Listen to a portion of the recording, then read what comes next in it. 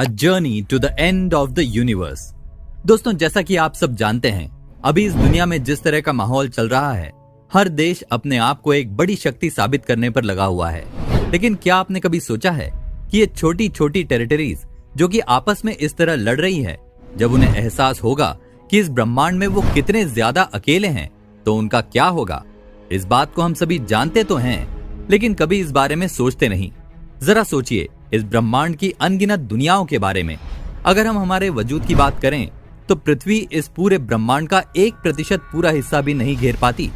पृथ्वी के हर बीच पर पड़े हुए प्रत्येक रेत के दाने को जोड़ दिया जाए तब भी उससे ज्यादा सितारे इस ब्रह्मांड में निकलेंगे।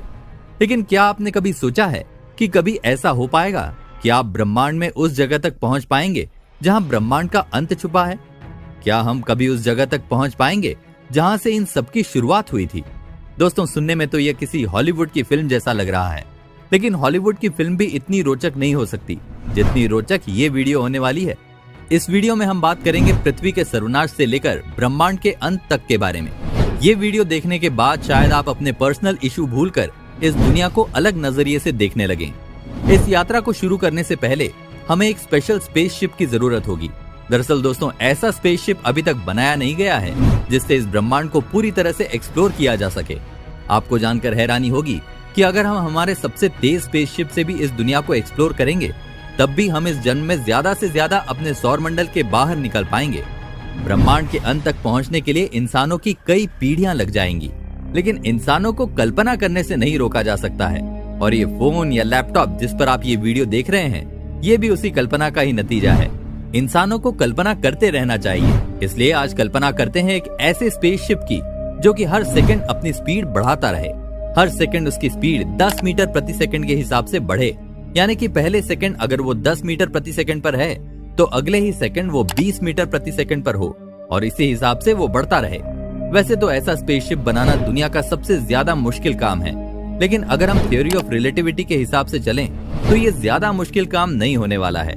तो अब आप चुन लीजिए आप इस स्पेसशिप में किसे किसे लिफ्ट देने वाले हैं, और अपने क्रू को शॉर्ट लिस्ट कर लीजिए, क्योंकि ये स्पेसशिप जल्दी ही उड़ान भरने वाला है।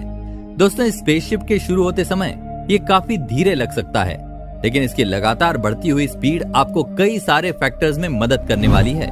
सबसे ज्यादा मदद ये आपको तब करेगी जब आप अर्थ, सोलर सिस्टम या मिल्की वे किसी भी टेरिटरी को छोड़ रहे होंगे। दरअसल अगर आप एक कांस्टेंट पेस में इन्हें छोड़ें, तब आप इन्हें कभी नहीं छोड़ सकते। आपको इनके ग्रेविटेशनल पुल को हराने के लिए लगातार अपनी रफ्तार बढ़ानी होगी। हालांकि 10 मीटर प्रति सेकंड की रफ्तार हर सेकंड बढ़ाने वाला कोई रॉकेट तो नहीं बन पाया है, लेकिन आप देखेंगे कि अब तक उसकी जरूरत नहीं पड़ी है। हमारे स्पेसशिप अभी तक इस सोलर सिस्टम के बाहर तक नहीं जा पाए हैं। एक दिन लगातार ट्रैवल करने के बाद हम इतने केपेबल हो जाएंगे कि पृथ्वी को छोड़कर बाहर जा सकें और चांद के सरफेस तक पहुंच जाएंगे। 1.5 दिनों में हमारा स्पेसशिप पहुंच जाएगा मंगल तक।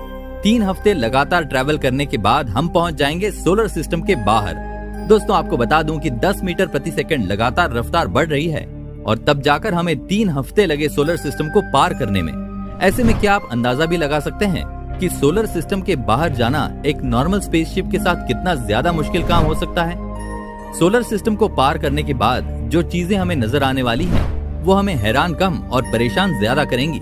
इससे सबसे ज्यादा हैरान करने वाले होंगे उल्कापिंड, जो कि कभी किसी चमकते हुए सितारे का हिस्सा थे। वैसे क्या आपने कभी सोचा है कि आखिर सितारे चमकते क्यों हैं? ऐसा इसलिए क्योंकि उनके अंदर लगातार न्यूक्लियर एनर्जी काम कर रही होती है, यानी कि जब आप उन्हें देखते हैं तब वो नजर तो ऐसे आते हैं जैसे वो चमक रहे हैं, और रात के अंधेरे में वो काफी शीतल भी नजर आते हैं। लेकिन उनके चमकने का मुख्य कारण है उनके अंदर चल रहा हाइड्रोजन और हीलियम का एक्सचेंज। तो दोस्तों, आप इन उल्कापिंड को देखकर बिल्कुल हैरान ना हो। सोलर सिस्टम को पार करने के बाद अब हमारा लक्ष्य है अल्फा सेंटोरी तक पहुंचना। हमारी ये डेस्टिनेशन हमारे सोलर सिस्टम से एटलीस्ट 4.367 लाइट ईयर्स दूर है। ये एक स्टार सिस्टम है, या आप इसे एक सोलर सिस्टम भी कह सकते हैं, जो कि हमारे सोलर सिस्टम का सबसे पास का स्टार सिस्टम है। जब हम अपने सोलर सिस्टम को छोड़कर बाहर निकलते हैं तो हमें ये नजर आता है। हालांकि अब तक किसी रियल स्पेसशिप के साथ ऐसा नहीं हो पाया है। ऐसा इसलिए क्योंकि जो स्पेसशिप हर रोज 2 मिलियन किलोमीटर प्रति घंटे की रफ्तार से अपनी रफ्तार बढ़ा रहा हो, उसे वहां तक पहुंचने में 1 साल का समय लग जाए, तो आप एक नॉर्मल स्पेसशिप के लिए अंदाजा भी नहीं लगा सकते कि उसे वहां पहुंचने में कितना समय लगने वाला है। शायद 1 जन्म या उससे भी ज्यादा। स्पेसशिप में आप अब तक बोर हो चुके होंगे, क्योंकि अब आपको ये भी पता नहीं चलेगा कि कब सुबह हुई और कब शाम, क्योंकि आप उस सोलर सिस्टम को कब का छोड़ चुके हैं। अब आप किसी भी तरह से खुद को पृथ्वी से नहीं जोड़ पाएंगे, क्योंकि एक साल में आपकी यादें धुंधली हो चुकी हैं और अपने घर वालों से बातचीत करना अब लगभग नामुमकिन बन चुका है। दोस्तों, जैसा कि आपको ये प्रॉब्लम स्टेटमेंट नजर आ रही है, नासा ने जब ऐसे ही किसी मिशन के बारे में सोचा था, तब वो इस बात को तो बखूबी जानते थे कि इस तरह के किसी भी मिशन में कई जनरेशन लग सकती हैं। इसलिए उनके प्लान के अनुसार वो कई फैमिली को एक साथ ऑन बोर्ड भेजना चाहते थे, ताकि रिप्रोडक्शन के जरिए नए नए रिप्रेजेंटेटिव्स भी आते रहें और एक जनरेशन मिशन की लिमिट बनकर ना रह जाए। हालांकि ये अब तक सफल नहीं हो पाया है, क्योंकि कोई भी इस धरती को इस शर्त पर छोड़ने के लिए तैयार ही नहीं है। उसे कभी ना खत्म होने वाली यात्रा पर जाना होगा, और जाहिर सी बात है कि बहुत सारी कमियां नासा की टेक्निकल साइड से भी रह गई हैं। इस स्पेसशिप में लगातार 15 महीने ट्रैवल करने के बाद आप 1 लाइट ईयर क्रॉस कर पाएंगे। अभी आपको केवल अल्फा सेंटोरी तक पहुंचने में कई और साल लगने वाले हैं। इस यूनिवर्स के अंत तक जाना तो अभी बहुत दूर की बात है। हालांकि इस दौरान कुछ ऐसा होगा जो कि काफी हैरान करने वाला होगा। आइंस्टीन की एक थ्योरी, जिसका नाम थ्योरी ऑफ रिलेटिविटी है, उसके अनुसार कोई भी ऑब्जेक्ट कभी भी लाइट की स्पीड से ज्यादा तेजी से ट्रेवल नहीं कर सकता। हालांकि इसी स्पीड से 16 महीने 15 दिन में आप उस स्टेज में पहुंच जाएंगे जहां पर आपकी रफ्तार लाइट से भी ज्यादा तेज होगी। ऐसे में क्या आप सच में लाइट से ज्यादा तेज चलेंगे? जवाब है नहीं। बस होगा ये, पृथ्वी पर और आपके समय में 2 सालों का अंतर हो जाएगा, और ये अंतर धीरे धीरे बढ़ता चला जाएगा। यानी कि आगे चलकर आपका 1 साल उनके 8 साल के बराबर, फिर 16, और इस तरह वो कभी 100 सालों के बराबर भी हो सकता है। इस रफ्तार से हम लगभग 4.5 सालों में अल्फा सेंटोरी पहुंच जाएंगे। चमकते हुए सितारे जो कि हमारे सोलर सिस्टम में भी ज्यादा बड़े हैं और जो कि बहुत डरावने भी हैं। आपको नहीं पता कि वहाँ पर क्या है, वो कुछ भी हो सकता है। हालांकि जब हमारे पास इतना कमाल का शिप है तो हम यहीं नहीं रुकेंगे, हम यूनिवर्स के कोने तक जाएंगे। अल्फा सेंटोरी छोड़ने के बाद आप जब ब्रह्मांड के कोने पर पहुंचेंगे तो पूरी तरह से हैरान हो चुके होंगे, क्योंकि एक गैस से भरा एक किनारा है जिसके बाहर अभी तो कुछ नहीं है, लेकिन कुछ समय में हो जाएगा। ऐसा इसलिए क्योंकि हमारा ब्रह्मांड लगातार स्ट्रेच कर रहा है, ये लगातार फैलता जा रहा है और इसकी टेरिटरी अज्ञात है। स्पेसशिप की लगातार बढ़ती हुई स्पीड के बावजूद भी हमें यहाँ तक पहुँचने में तकरीबन 14-15 साल लग जाएंगे।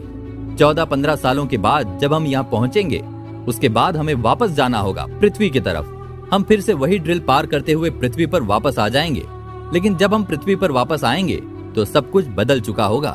पृथ्वी पर हमारे 22 सालों में तकरीबन 600 साल बीत चुके होंगे। दोस्तों, चाहे कोई कितना भी बड़ा आशावादी क्यों ना हो, ये तो कभी नहीं मान सकता कि पृथ्वी 600 सालों तक जिंदा रहेगी। जिस हिसाब से हम पृथ्वी की दुर्गति कर रहे हैं, कोई वैज्ञानिक मानता है कि 2048 और कोई कहता है कि केवल 2078 तक ही हम जिंदा रह पाएंगे। लेकिन वैज्ञानिक भी सन 2100 से आगे का नहीं बोल पाते। 600 सालों बाद जब हम पृथ्वी पर लौटेंगे, तब हमारे जो अपने थे वो हमेशा के लिए जा चुके होंगे। पृथ्वी की पूरी तरह से दुर्गति हो चुकी होगी।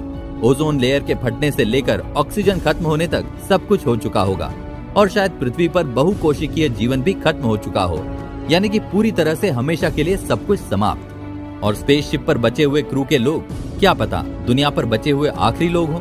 तो दोस्तों, ये था ब्रह्मांड के अंत तक का सफर और पृथ्वी का विनाश। दोस्तों, इस वीडियो में अलग अलग पहलुओं पर बात करने के बाद हम ये समझ सकते हैं कि इंसान अपनी तकनीक से ब्रह्मांड के अंत तक तो जा सकता है, लेकिन क्या वो पृथ्वी को बचा सकता है? शायद नहीं। इस पूरे ब्रह्मांड में हमारा वजूद कुछ भी नहीं है, और पृथ्वी खत्म हुई तो वो बचा कुचा वजूद भी खत्म हो जाएगा। अगर आप भी इस बात को मानते हैं तो कमेंट करके जरूर बताएं। वीडियो को अंत तक देखने के लिए आपका बहुत बहुत धन्यवाद।